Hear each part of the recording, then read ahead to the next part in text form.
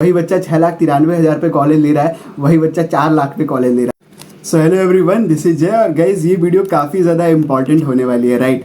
ठीक है, इस वीडियो में यार जो बताया है आपको कैसे लो रैंक पे भी अच्छे अच्छे कॉलेज अलॉट होते हैं थ्रू आउट द काउंसलिंग, अगर आप चॉइस फिलिंग प्रेफरेंस को बहुत अच्छी तरह से फिल करते हो। कुछ एग्जाम्पल के साथ, कुछ प्रूफ के साथ आपको दिखाएंगे एंड देन फर्दर प्रोसेस को एक्सप्लेन करेंगे।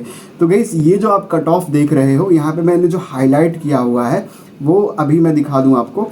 ये राउंड 1 के अलॉटमेंट का रिजल्ट है 2021 के अंदर। तो यहाँ पे एक कॉलेज सजेस्ट किया हमने, G L Bajaj institute of technology and management, Gautam Buddh Nagar. ठीक है, तो यहाँ पे ईडब्ल्यूएस कैटेगरी में ओपन रैंक पे देखना 6,93,000 पे ये कॉलेज बच्चों को अलॉट हुआ है। अब ये पर्टिकुलर रैंक मुझे क्यों याद है, क्योंकि ये मेरे ही स्टूडेंट को अलॉट हुआ था, है ना। तो जिसने हमारे से काउंसलिंग कराई थी 2021 के अंदर, तो इसका कंप्लीट मेरे को याद था कि इस बच्चे को फर्स्ट राउंड में 6,93,000 रैंक तक ईडब्ल्यूएस कैटेगरी में जीएल बजाज की CSE with AI, computer science with artificial intelligence जैसी ब्रांच अलॉट हुई थी।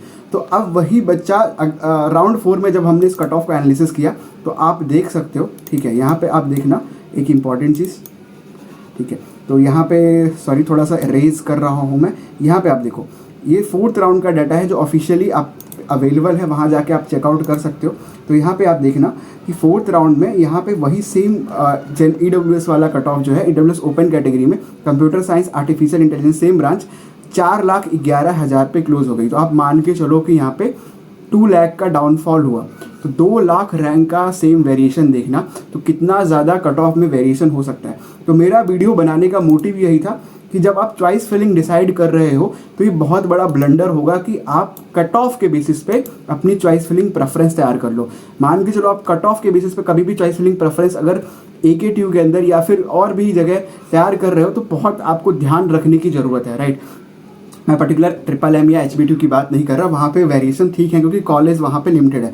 यहाँ पे जब 759 कॉलेजेस पार्टिसिपेट कर रहे होते हैं तो बहुत सारे कॉलेज का तो आप क्लोजिंग रैंक प्रिडिक्ट ही नहीं कर सकते। कई कॉलेज ओपन होते हैं वहीं क्लोज हो जाते हैं, किसी एक बच्चे ने एडमिशन लिया तो आप उसको क्लोजिंग रैंक मान लेते हो।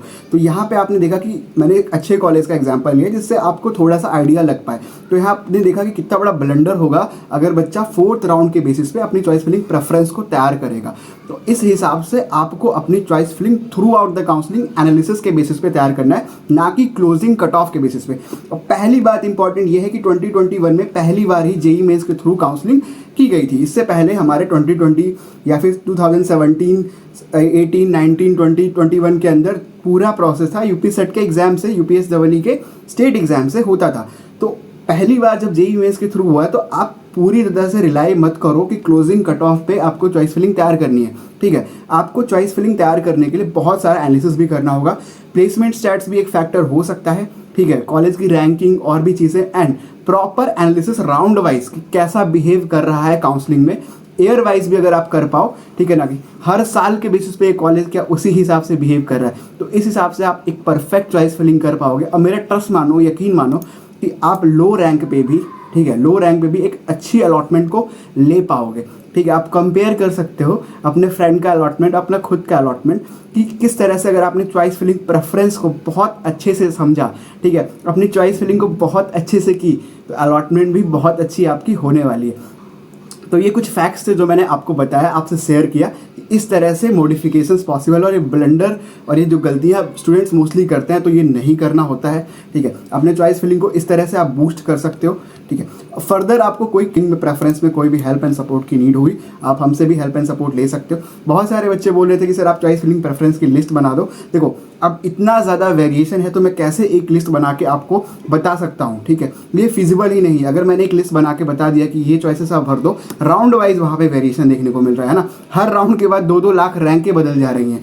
तो इस तरह से मैं चॉइस फिलिंग प्रेफरेंस आपको नहीं बता सकता। हाँ, बट मैं एक चीज़ एश्योर कर सकता हूँ कि आप अगर डीप एनालिसिस करोगे, राउंड वाइज एनालिसिस करोगे, तो आपको खुद भी बहुत अच्छा आइडिया लग पा रहा होगा। फर्दर अगर आपको किसी भी काउंसलिंग में हमसे सपोर्ट और नीड चाहिए, आप ले सकते हो। ये वो लिस्ट ऑफ काउंसलिंग है जहाँ पे हेल्प एंड सपोर्ट हम प्रोवाइड कर रहे हैं, एक डाटा एनालिसिस के साथ लोगों की हेल्प कर रहे हैं, उनकी चॉइस फिलिंग को बहुत बेहतरीन तरीके से कर रहे हैं, जिससे बेस्ट से बेस्ट अलॉटमेंट उनको पॉसिबल हो, राइट। वही बच्चा 6,93,000 पे कॉलेज ले रहा है, वही बच्चा 4 लाख पे कॉलेज ले रहा है। तो यार 2 लाख का जो फ़र्क आ रहा है ना, वो चॉइस फिलिंग के कारण ही है, ठीक है। इस चीज़ को आपको समझना होगा, देन आपको डिसाइड करना होगा। तो गाइस फर्दर आप हमारे काउंसलिंग प्रीमियम प्लान को ज्वाइन कर सकते हो, counselling mini, counselling light and counselling plus. क्या डिफरेंस है दोनों में?